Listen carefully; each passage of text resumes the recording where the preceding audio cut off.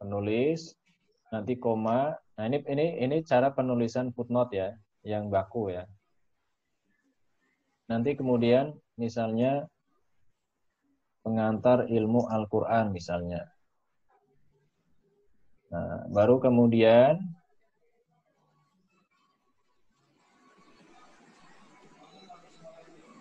kota ya, kota terbitnya ya. Misalnya Pekalongan, penerbit NEM, baru tahun 2020. Nah, baru di sini halaman. Halaman ini ada yang pakai cukup H saja, ada yang pakai HLM. Saya lebih suka pakai H. Karena singkatan satu huruf ini sebenarnya standar internasional. Karena kalau di buku-buku internasional biasanya terutama yang pakai bahasa Inggris itu cuma pakai P saja. Ya. P misalnya 14. Ini pakai H. Perlu nggak pakai titik misalnya? Nggak bisa, nggak apa-apa pakai titik. Yang penting konsisten, semuanya pakai titik. Tapi kalau HLM, kalau apa? Titik itu nggak usah pakai titik, nggak masalah. Paham ya? Apa itu habis titik spasi apa ya? Iya, spasi, ada spasinya. Ya.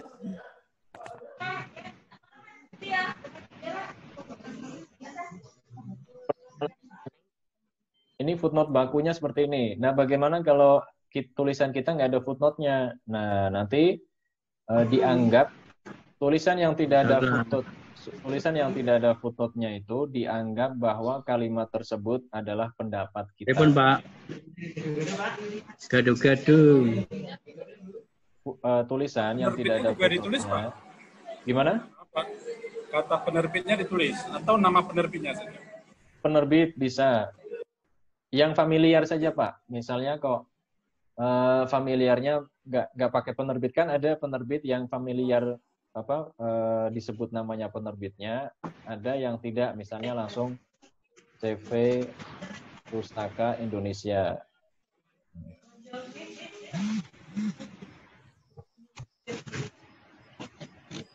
Misalnya gini, ada buku, saya contohkan yang lain saja. Nah, ini misalnya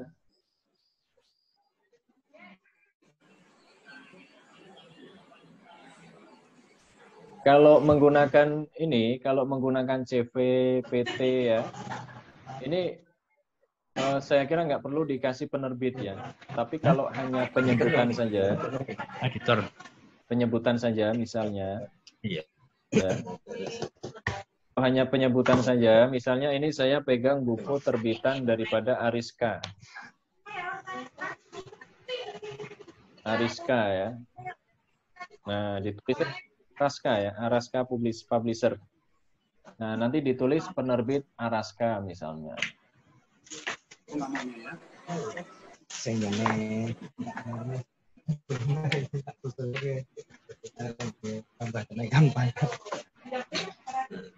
CV-nya misalnya, CV Araska. Nah.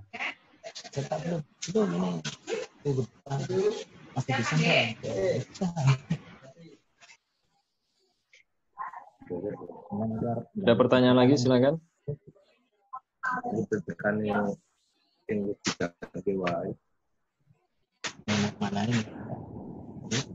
Kita itu ketekannya yang normal. Iya sih, harus dijalan gini. Untuk footnote-nya, coba Bapak Ibu untuk font-nya disamakan ini ya, disamakan dengan atas ya, isinya ya. Bukan mana sudah seminar kok tinggal disamakan aja font-nya.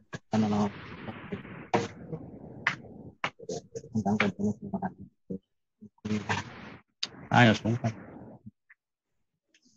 Wong wis dek yo Surjo telalaya tekan kacin awet suku ya. Ngono pringgo Ya warna Pringgepe ya pada suku ya mana melewati kota dan kabupaten.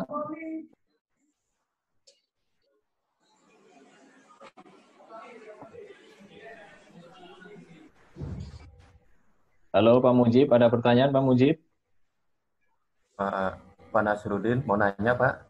Silakan. Halo. Ya, halo. Ya Pak, mau nanya ini. Jadi tadi kan ada footnote ya Pak, footnote Pak Nasruddin. Nah, kemudian kan kalau footnote itu berarti kita juga perlu daftar pustaka ya. Ya, betul. Nah, untuk munculkan daftar pustaka yang kita tulis di footnote itu apa caranya gimana Pak? Mungkin bisa dikasih tahu caranya. Daftar pustaka di belakang. Iya, daftar pustaka yang di belakang kan footnote ini kita harus tuangkan di dalam daftar pustaka gitu. Nah, itu caranya gimana? Apa sama dengan itu gitu Pak? Secara manual bisa. Jadi kan misalnya ini secara manual bisa di copy paste, tapi nanti formatnya diganti. Karena kalau untuk format footnote itu beda dengan ini ya, daftar pustaka. Daftar pustaka. Kalau daftar pustaka itu kan lebih sederhana. Misalnya ini kita copy paste ya, daftar pustaka. Saya sebenarnya termasuk ya penulis yang sebenarnya itu kurang begitu sepakat dengan kalau di daftar pustaka itu kan nama harus dibalik ya. Iya, dibalik betul. Nasruddin nanti jadi Moh. Itu sebenarnya pembalikan itu kan untuk mempermudah dari marga apa misalnya atau dari keturunan apa gitu ya. Nah sekarang kan udah di entry ini peruntukan saya dicantumkan. Akhirnya semua disamaratakan, ini dibalik seperti itu. Nah kalau kita masih menggunakan itu tidak masalah. The name is Moh misalnya. mandatory. Misalnya Nasruddin berarti nanti koma, baru kemudian titik. Nah, kalau sudah ada, misalnya di sini ada nama misalnya Eti Indrawati misalnya ya. Tadi buat nama surveinya kan? Ini kan masukin di sini. Tuh. Oh dia minta nama baru tuh. Terus aja nih. Koma Eti. Titik ya. Kalau daftar pustaka pakainya titik. Misalnya buku tentang apa ya? Pengantar ilmu kesehatan misalnya. Ini tidak, kalau di daftar pustaka itu tidak pakai dalam kurung. Langsung misalnya Pekalongan, misalnya penerbit name. Udah selesai. Tahunnya setelah nama. Nah, ini format daftar pustaka. Ya, ini format daftar pustaka. Format daftar pustaka. Jadi memang diganti secara manual, itu paling enak. Dan itu kalau di daftar pustaka itu harus urutannya itu harus urut ya, sesuai abjad ya. Misalnya di awal itu I dulu, nanti baru di daftar pustaka selanjutnya. Setelah I itu apa? Misalnya ada M ya. Nah, misalnya Mona Lisa dan seterusnya. Ini harus urut. Nah, cara mengurutkan bagaimana? Nah, ini kita bikin seperti saya buka contohnya saja dulu ya. Buka contohnya.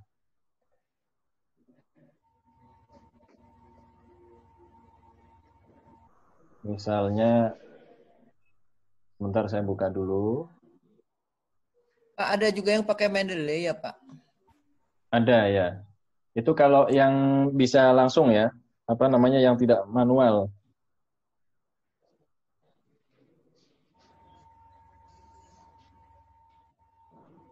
Bentar, saya buka.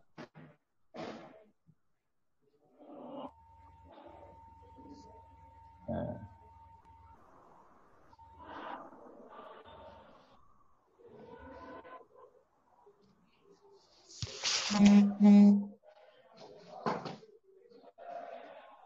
Nah, ini saya buka daftar pustaka.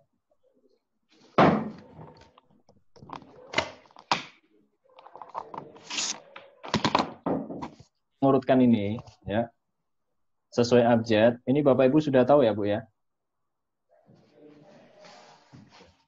Sudah Pak, sudah tahu. Sudah Pak, sudah. Dan menjoroknya juga diatur. Kalau memang tadi isinya rata-rata menjoroknya 1 cm, nah ini nanti tinggal dibuat 1 cm juga. Standarnya 1 cm.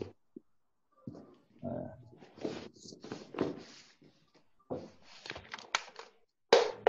Tanya lagi silakan.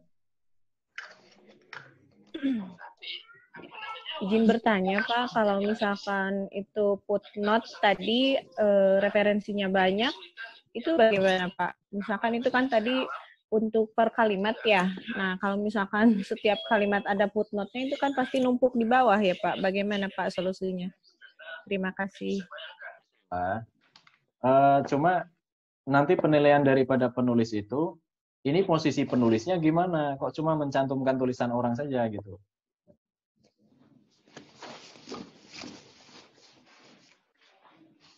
Jadi posisi penulis di dalam tulisan itu di mana gitu? Pemikirannya di mana? Kok cuma mencantumkan tulisan-tulisan orang saja yang di copy paste kemudian dikasih footnote gitu?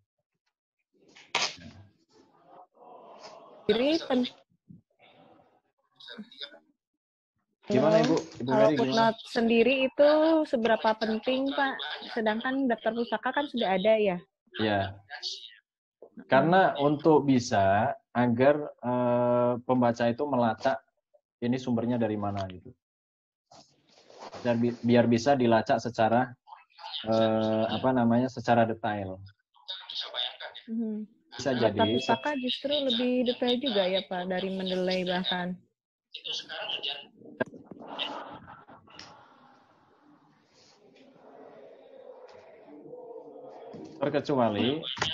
Terkecuali memang ada beberapa buku yang memang tidak terlalu dibutuhkan footnote, misalnya langsung dicantumkan daftar pustaka.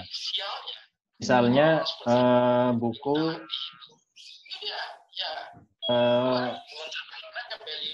ajar itu sebenarnya tidak terlalu dibutuhkan ya untuk footnote itu.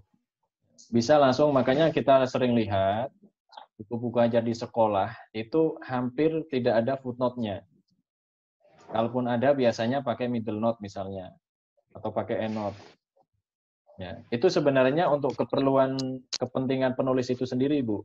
Jadi khawatirnya ternyata yang kita tulis itu ternyata pemikiran orang, dan orang yang kita tulis itu tidak terima, menganggap bahwa kita itu mencontek daripada pemikiran beliau misalnya itu. Untuk keamanan saja. Nah, biasanya kalau menggunakan referensi diisi itu adalah buku-buku referensi dan buku-buku penelitian.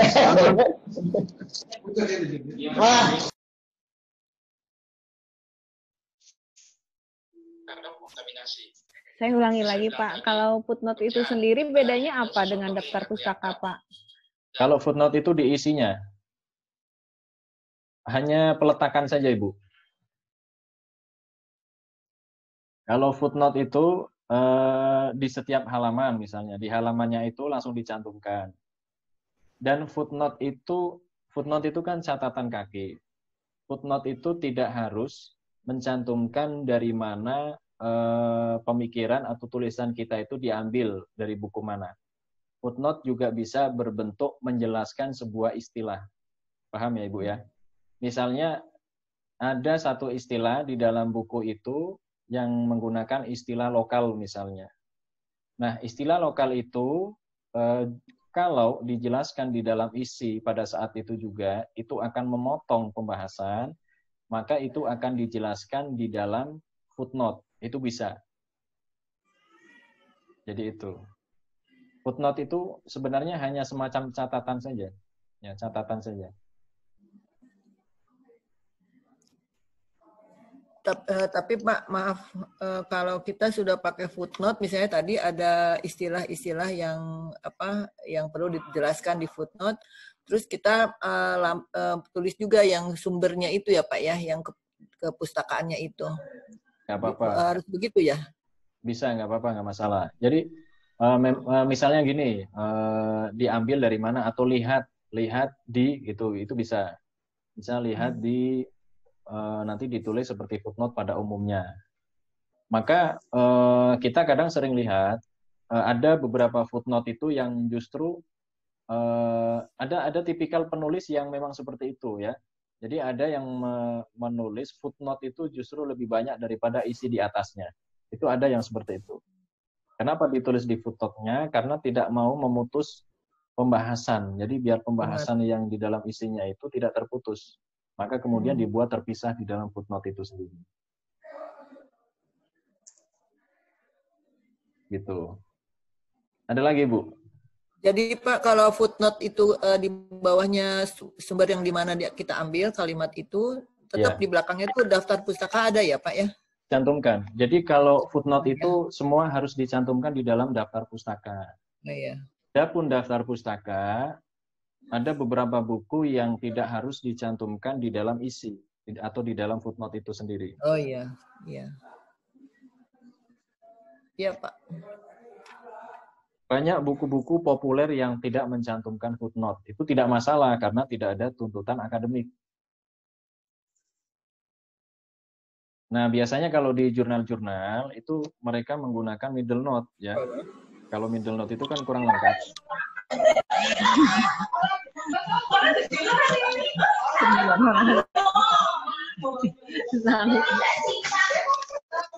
Pak, mau tanya sedikit Pak.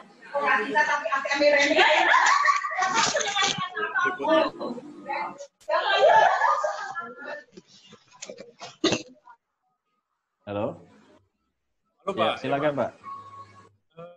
Tadi Bapak bilang tidak semua harus dicantumkan di EndNote ya. Kira-kira yang penting-penting aja apa seperti itu Pak? Artinya kalau di daftar pustaka harus semua yang kita kutip harus dicantumkan.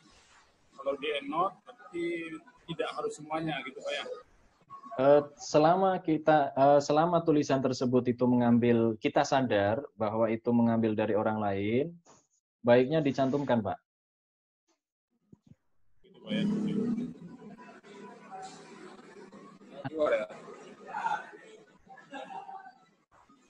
Itu sebenarnya nanti kaitannya dengan etika saja, etika kepenulisan. Iya. Nggak bisa berarti. Iya. Pak Nasruddin mau tanya ini Pak mengenai footnote catatan kaki ini Pak. Ya, gimana Halo.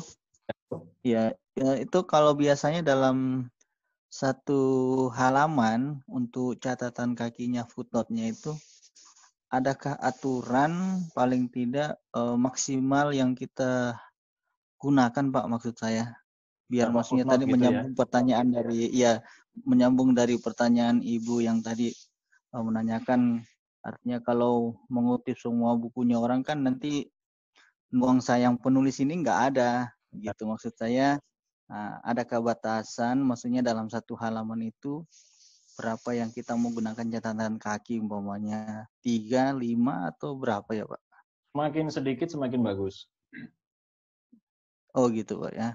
Ya, jadi sebenarnya footnote itu nanti kaitannya dengan praktek plagiarisme ya. Jadi mungkin yang perlu saya sampaikan ini dulu. Jadi sebenarnya plagiarisme itu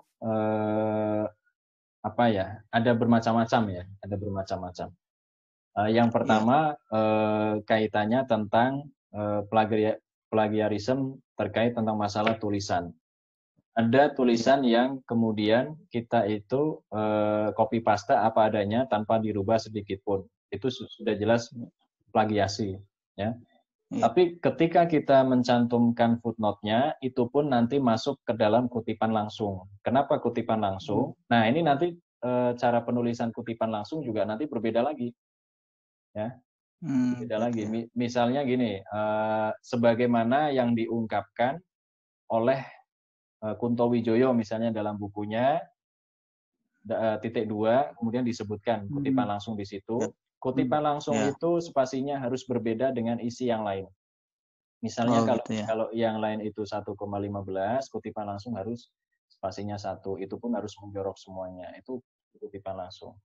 Nah, kalau seperti itu, menulis apa adanya, itu berarti masuk ke dalam kutipan langsung. Kalau kita tidak memasukkan ke dalam kutipan langsung dan tidak mencantumkan referensi, itu sama saja kita sudah plagiasi.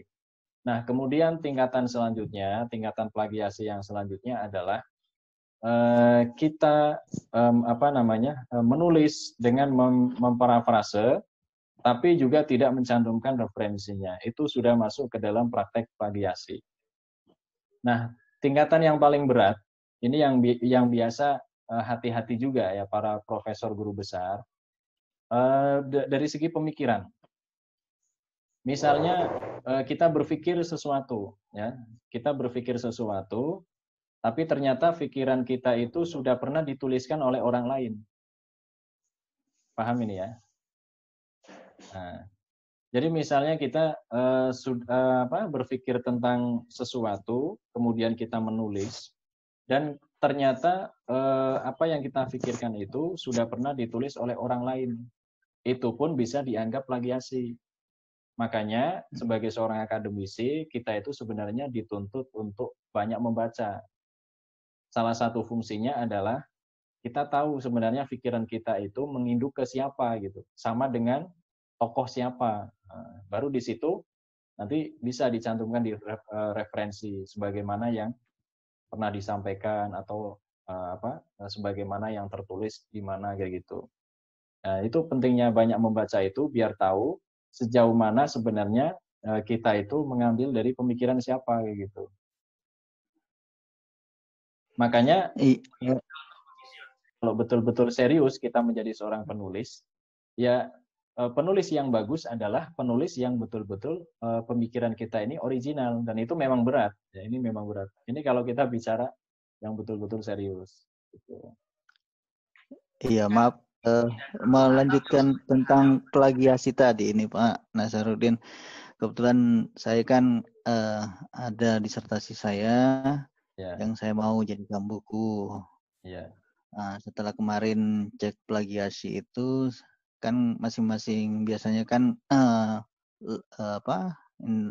lembaga itu biasanya ya paling tidak 20% kan. Kalau bisa sih sampai 15%.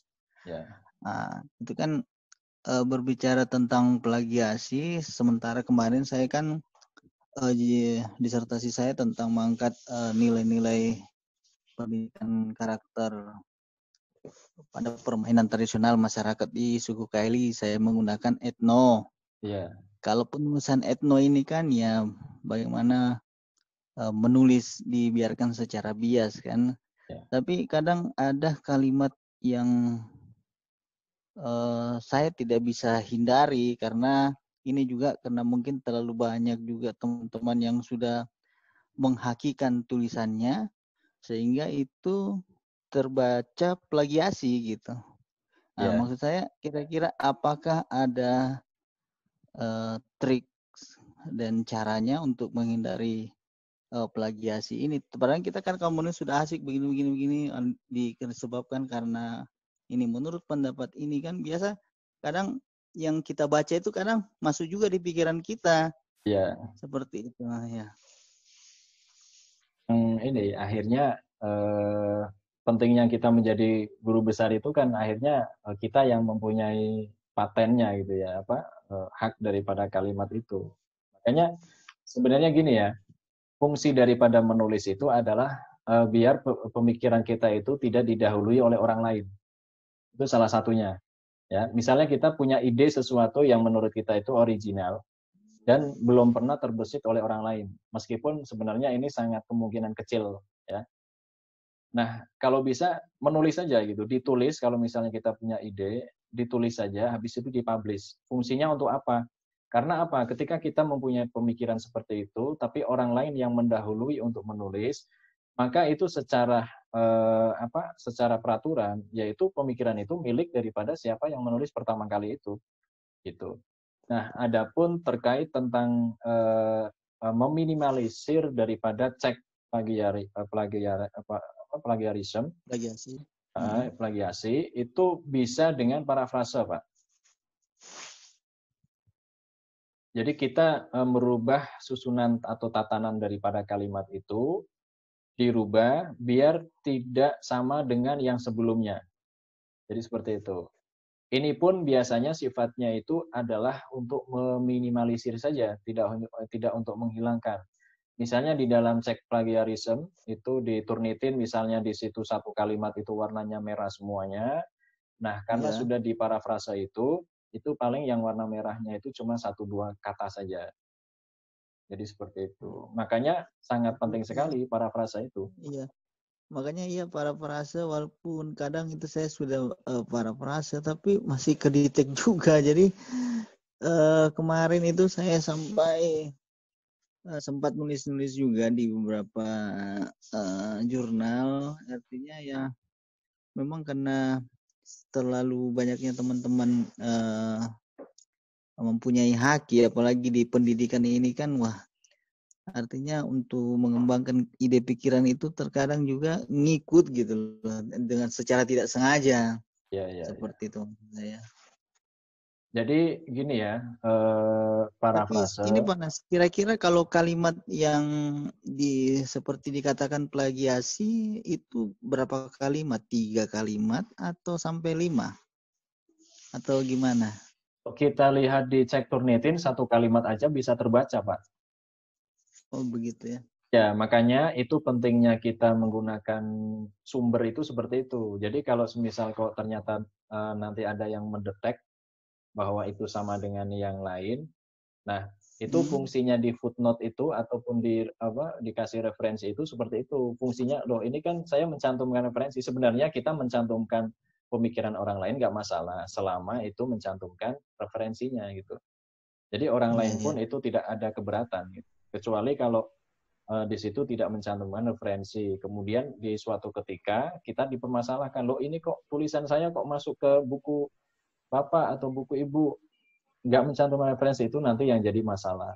Tapi ketika tulisan seseorang masuk ke dalam buku orang lain, di situ kok dimasukkan referensi, saya kira orang yang punya tulisan tadi ikut seneng, nggak mungkin protes. Halo Pak, saya mau tanya juga Pak. Nas. Halo Pak Arifin, gimana Pak? Ya, tadi Bapak sampaikan bahwa 1 kalimat saja sudah bisa didetek oleh Turnitin sebagai plagiarisme. Nah, masalahnya kadang-kadang ada istilah yang dibuat dalam bentuk singkatan misalnya. Jadi kalau di gizi itu ada makanan pendamping air susu ibu dalam kurung MPASI gitu ya. Nah ini kan kalau udah jadi 1 kalimat nih Pak. Iya. Nah itu kan istilah baku yang sudah digunakan lah, siapapun menuliskan pasti harus sama gitu kan. Nah ini kadang-kadang terdetek di Turnitin itu sebagai plagiarisme juga. Nah ini Pak. Sebenarnya kalau menghindari seperti itu adalah sebuah keniscayaan, nggak bisa kita hindari.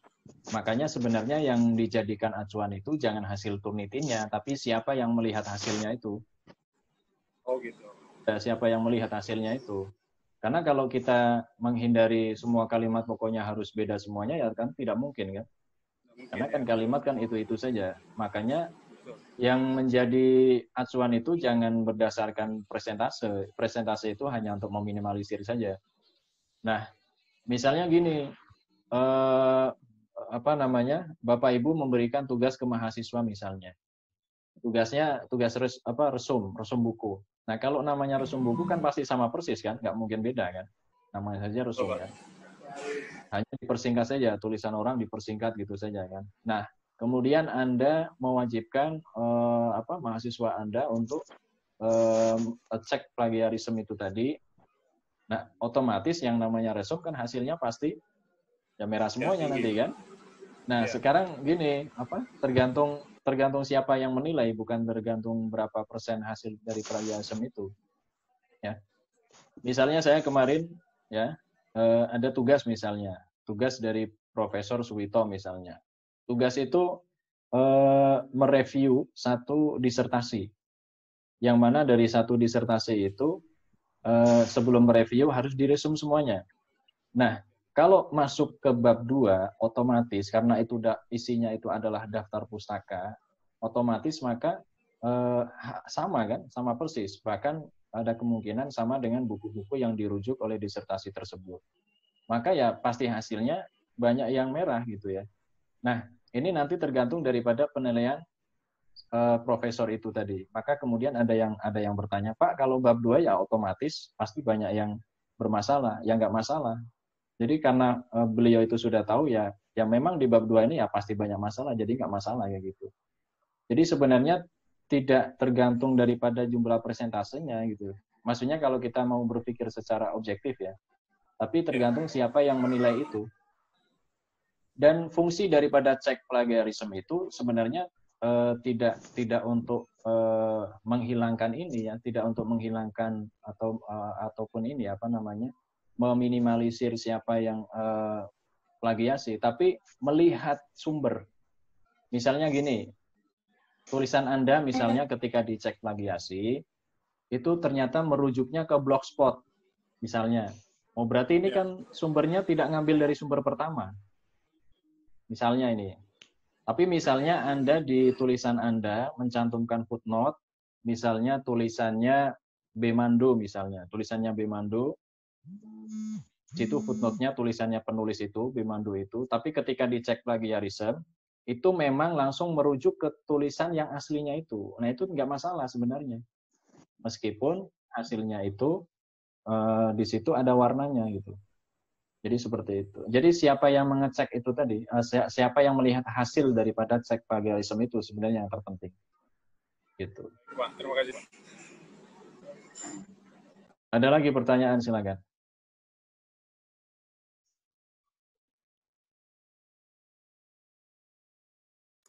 Pak, maaf Pak, kalau misalnya kita mensitir yang mengambil kalimat orang lain tapi dan kita sudah tulis sumbernya, itu masih harus kita rubah nggak kalimatnya Pak biar mengurangi turnitinnya? Bisa. Tapi itu tadi maknanya tetap.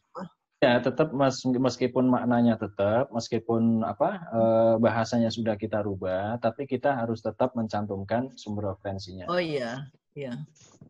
Jangan sampai misalnya kita promosi guru besar misalnya gagal atau dibatalkan hanya gara-gara ternyata pemikiran kita ini sama dengan pemikiran karya orang lain. Hanya pemikiran saja loh ya, ide saja, ide. Karena ide yang sebenarnya yang paling mahal itu kan idenya gitu. Idenya. Maka sebenarnya kerangka berpikir itu juga perlu dipatenkan juga itu. Ya. Perlu dipatenkan, perlu dihakikan gitu. Ide itu sebenarnya sudah bisa untuk menuntut juga. Misalnya ada orang lain yang berpikirnya dalam hal tertentu menemukan satu teori tertentu misalnya orang lain meniru itu sebenarnya juga sudah kena juga.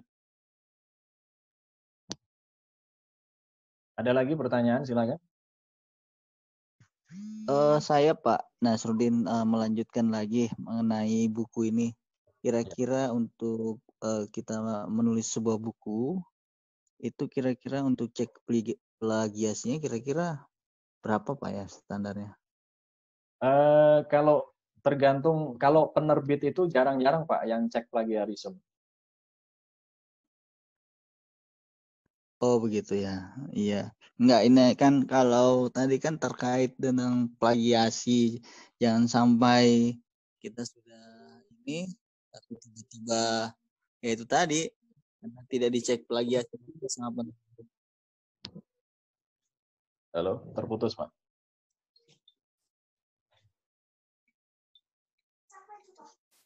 Halo, Pak Andi, gimana Pak Andi?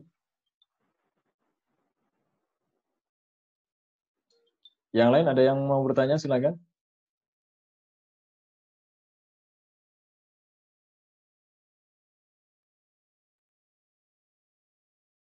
Ini kita sampai jam 12 ya. Kurang 6 menit lagi nih.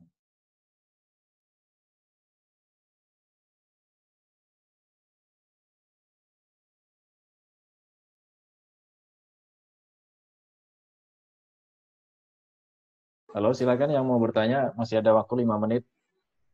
Ya, mungkin saya Pak, Halo, kalau nggak ada yang boleh lain. bertanya Pak? Ya. Halo, halo, Ya, silakan Bu. Bapak boleh bertanya? Maaf, saya banyak bertanya ya Pak. Saya kan kalau mau menulis itu baca misalkan ada 10 buku. Nah, dari 10 buku itu saya menuangkan pada misalkan latar belakang. Nah, itu kemudian kan otomatis muncul ide. Nah, yang saya tuangkan itu apakah harus mencantumkan 10 referensinya atau itu sudah menjadi ide saya yang dituangkan atau bagaimana menurut Bapak? Bagusnya diisi di footnote atau gimana? Jadi kita sendiri juga harus sadar mana itu ide orang lain dan mana itu analisis diri kita sendiri. Jadi ide orang lain kita analisis gitu. Biasanya seperti itu yang paling enak gitu ya. Nah, kalau seperti itu tetap kita mencantumkan referensi.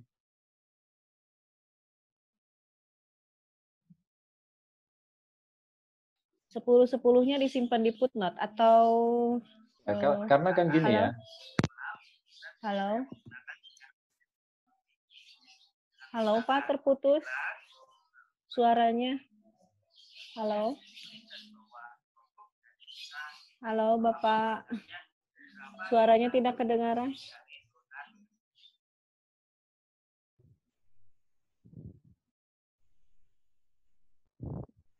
Pak, suaranya tidak terdengar.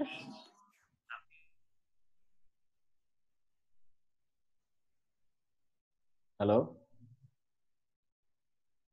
Bapak, suaranya tadi tidak terdengar. Halo, sudah ya? Ini sudah belum? Rudi ini suaranya tidak ada. Halo? Oh iya Bapak, suaranya belum terdengar tadi. Bisa Sekarang diulang sudah, Pak? Ya? Sudah ya? Ya. Jadi gini ya. Halo? Kita itu ambil dari 10 buku, tapi di dalam satu paragraf itu kan tidak mungkin semua buku itu ada kan. Jadi cukup yang dalam satu paragraf itu diambil dari buku mana kayak gitu. Oh iya baik Pak, per paragraf saja ya.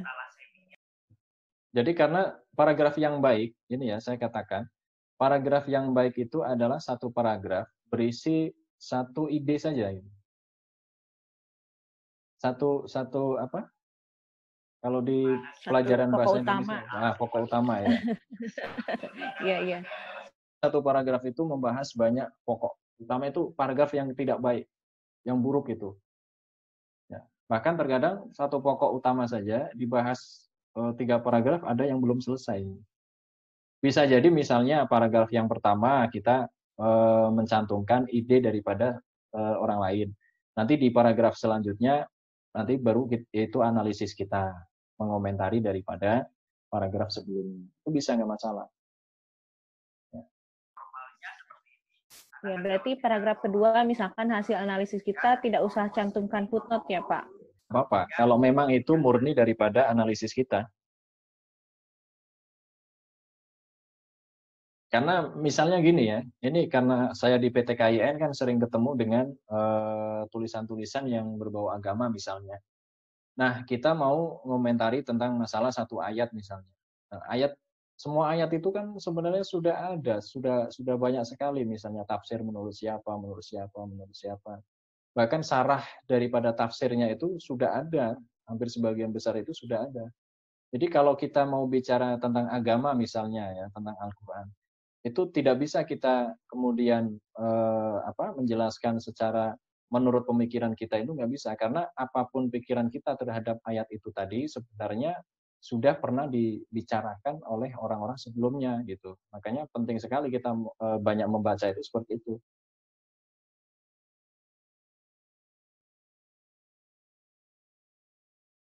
Nah, ada lagi pertanyaan, silakan.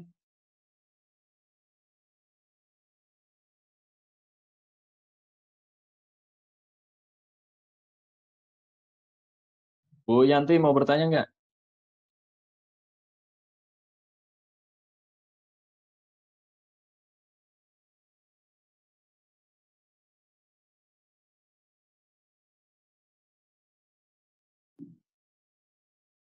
Silakan. Bu Mei, Bu Rayuwati, Bu Inovi.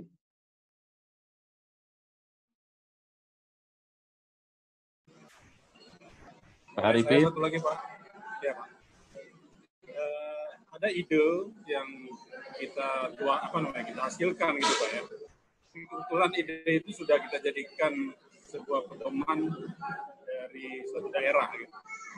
Baik, apakah itu masih bisa kita ajukan patennya gitu sebagai ide kita? Itu ide kita sendiri, Pak.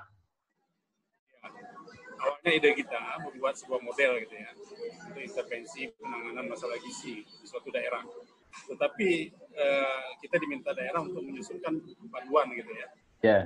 Nah, kita tuangkanlah ide kita itu dalam panduan itu gitu. Ya.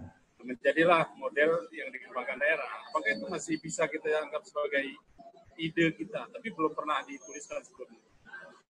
Bisa dianggap sebagai ide kita. Nah, untuk mengamankan, kalau semisal kok memang panduan itu tadi belum dihakikan oleh orang lain, baiknya dihakikan diri sendiri. Panduannya gitu? Belum. Panduan yang kita buat itu atau konsep yang panduannya Pak ya? Jadi sebenarnya haki itu bisa penciptanya kita, hak pemegang orang lain bisa, atau instansi tertentu atau lembaga tertentu bisa. Tapi nanti di hakinya itu tetap tertulis bahwa itu adalah penulisnya kita. Itu. Tapi sebenarnya kalau memang pemikiran kita itu betul-betul original dan bermanfaat untuk banyak orang, dan kita mengira bahwa orang itu banyak yang butuh terhadap ide kita, baiknya memang dihakikan saja. Karena apa khawatirnya? Yaitu memang bermanfaat. Cuma khawatirnya nanti dihakikan oleh orang lain, Pak. Meskipun itu jelas-jelas tulisan kita. Karena sudah pernah ada itu seseorang yang mempunyai tulisan, tapi tulisan tersebut dihakikan oleh orang lain. Memang melalui proses persidangan yang sangat lama sekali, ya. Memang yang tadi yang punya tulisan itu menang ya di persidangan. Tapi kan sudah habis banyak uang, sayang juga. Karena ternyata pemikiran kita ataupun tulisan kita sebenarnya banyak dibutuhkan oleh orang lain. Apalagi untuk keperluan komersil, ya. Nanti kan dimanfaatkan oleh orang lain. Nah, itu yang bisa menilai diri kita sendiri, kira-kira butuh nggak kalau pemikiran kita atau tulisan kita itu dihakikan. Baik, Pak. Terima kasih, Pak. Ada lagi pertanyaan? Kalau tidak ada, kita cukupkan dulu. Nanti untuk selanjutnya kita bisa diskusi lewat WhatsApp ya. Atau mungkin nanti kalau semisal dibutuhkan, nanti bisa saya rekod tentang panduan-panduan editing buku. Ya, Pak. PPT-nya nanti dikasih ya, Pak? PPT yang tadi? Ya. Iya, di kolom komentar ya. Atau nanti saya share lagi sudah ada tadi PPT-nya di kolom komentar. Oh, sudah ya? Iya, sudah ada. Baik, terima kasih. Ada lagi pertanyaan? Satu pertanyaan lagi, silakan. Satu pertanyaan, silakan. Mau nanya ini mengenai apakah ada sertifikatnya nanti ini ya, Pak Rahmat? Kasih sertifikat ya. Nanti Bapak Ibu bisa hubungi nomor di Nasya Group itu ya. Oh iya ya, siap. Makasih, Pak. Ini bentuknya sertifikat ya. Jadi bukan bentuk tercetak. Oh iya ya. Pak. Ya. Masih ada nanti enggak? Halo? Ya, ada panas. Ya. Mau nanya. Halo. Kira-kira masih ada untuk plat pelet disediakan dari dua dimensi. Kok ada suaranya? Halo, PPT-nya tidak ada di chat, Bu. Apakah bisa di-share di grup? Di grup ya? Iya, terima kasih, Pak. Di grup. Oke. Oh, oke. Saya lihat dulu. Kemudian untuk selanjutnya insya Allah saya akan mengadakan di batch 2. Nanti Bapak Ibu kalau mau ikut lagi silakan, nggak apa-apa. Ya. Oh ya, oke. Untuk waktunya nanti kita Oh, atur bisa ya? kemungkinan sekitar pertengahan bulan Agustus kayaknya. Dua apa Pak? Cerita-cerita apa lanjutan dari ini ya Pak ya? Kemungkinan karena di situ juga ada banyak orang baru, ya kita sedikit membahas yang tadi juga. Nanti kalau misal ada kesempatan untuk melanjutkan ya kita bisa lanjutkan lagi. Gitu. Iya, iya, iya. Ya Pak, Pak, satu lagi tanya Pak. Maaf. Itu buku itu ada Nasruddin. Izin bicara Pak. Ya, gimana? Pak siapa ini? Pak Asep, Pak Asep. Asep.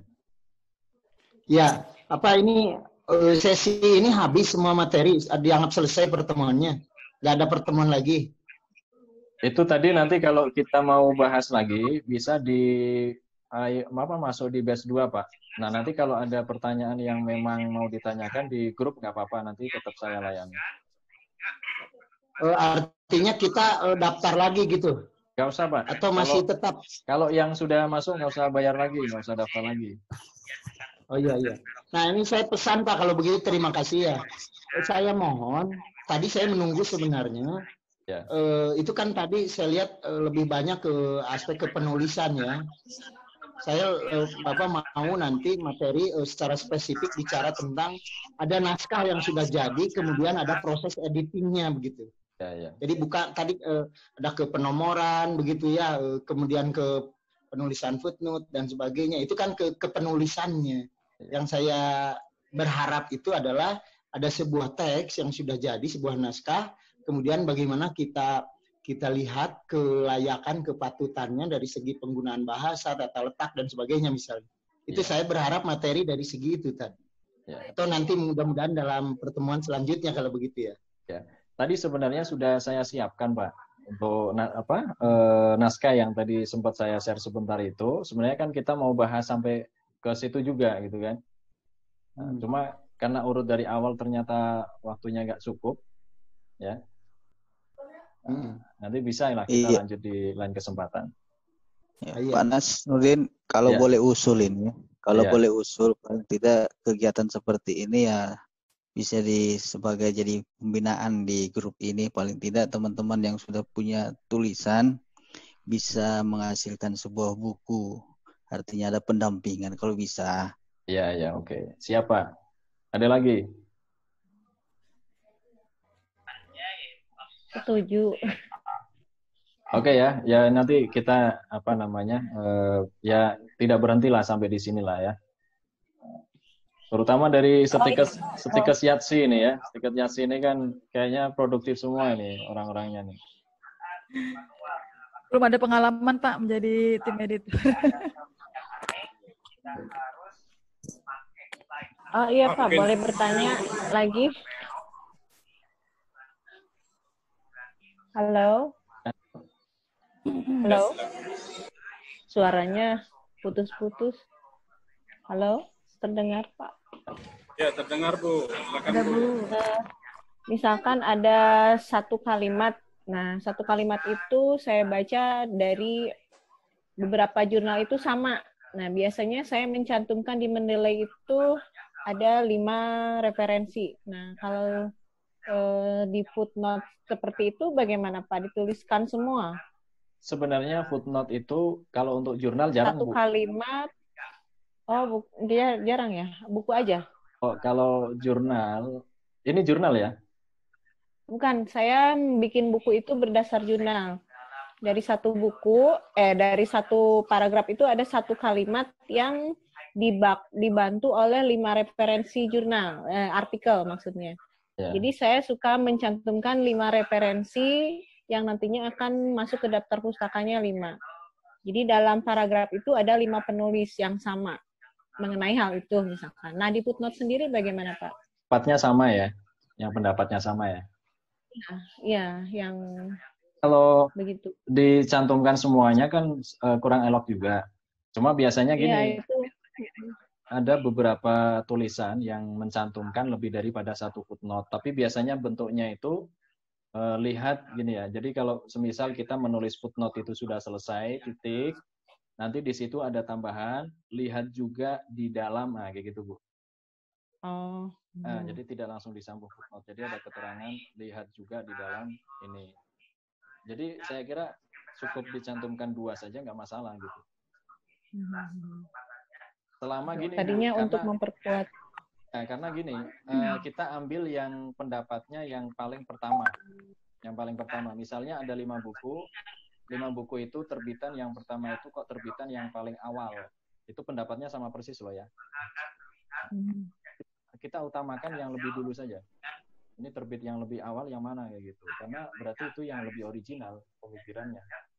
Adapun yang misalnya ada 5 buku yang terbitnya itu tahunnya beda-beda. Nah, di tahun pertama ada pendapat seperti ini, tahun seterusnya kok beda penulis dengan pendapat yang sama. Sebenarnya 4 penulis itu tadi itu sudah plagiarisme juga, itu sudah kena.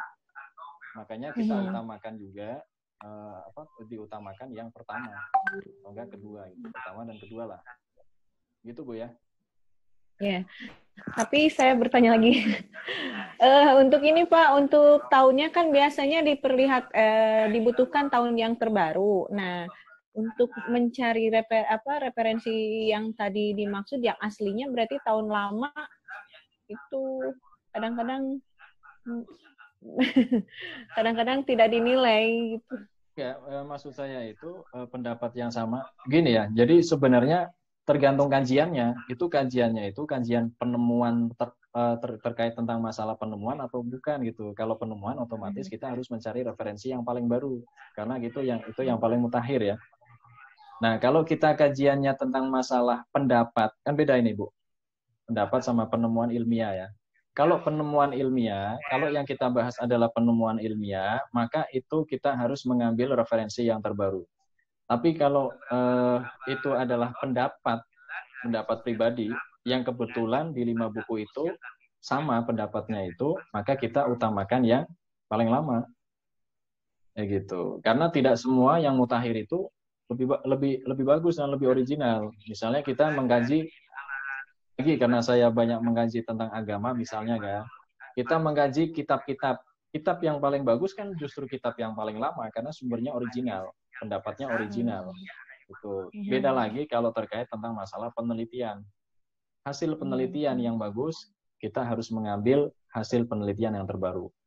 Selama metode di penelitian tersebut itu sudah memenuhi syarat dan kriteria.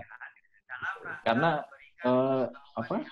yang kita lihat sekarang itu banyak juga penelitian-penelitian yang dibuat penelitian tersebut itu hanya untuk memenuhi tugas saja. Jadi tidak serius penelitiannya. Itu harus dilihat juga. Jadi seperti itu.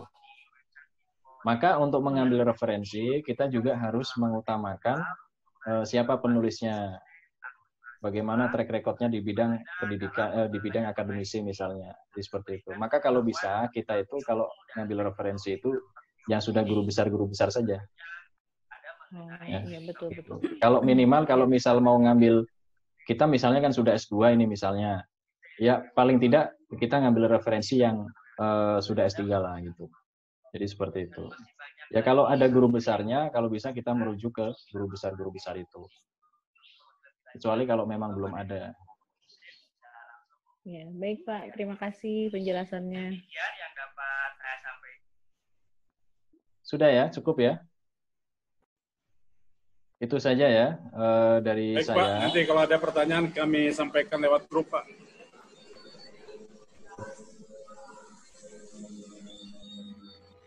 Mudah-mudahan apa yang sudah kita pelajari hari ini, meskipun sedikit, mudah-mudahan bermanfaat untuk kita, khususnya untuk lembaga kita. Kalau ada pertanyaan nanti bisa disampaikan di grup. Itu saja Bapak Ibu ya. Mohon maaf ya, ini Pak. apabila banyak kesalahan, banyak kekurangan, banyak yang kurang berkenan. Mohon untuk dimaafkan. Itu saja. Terima kasih. Wassalamualaikum warahmatullahi wabarakatuh. Waalaikumsalam warahmatullahi wabarakatuh. Terima kasih Pak. Oke, sama-sama Ibu.